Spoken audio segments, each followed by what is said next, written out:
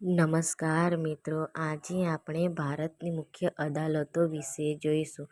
પહેલી છે સર્વોચ્ચ અદાલત, બીજી છે ઉચ્ચ ન્યાયાલય અને ત્રીજી છે જિલ્લા અદાલત અને ચોથી છે તાલુકા અદાલત.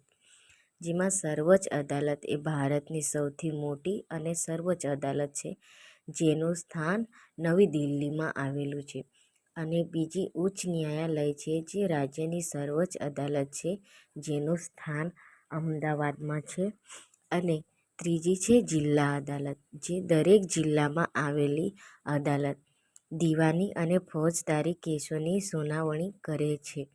અને ચોથી છે તાલુકા અદાલત. તાલુકા સ્તરે આવેલી અદાલત નાના અને પ્રાથમિક કેસોની સુનાવણી કરે છે. આ 4 ભારતની મુખ્ય અદાલતો છે. આ વિડીયો પસંદ આવેલ હોય તો લાઈક, સબસ્ક્રાઈબ કરો.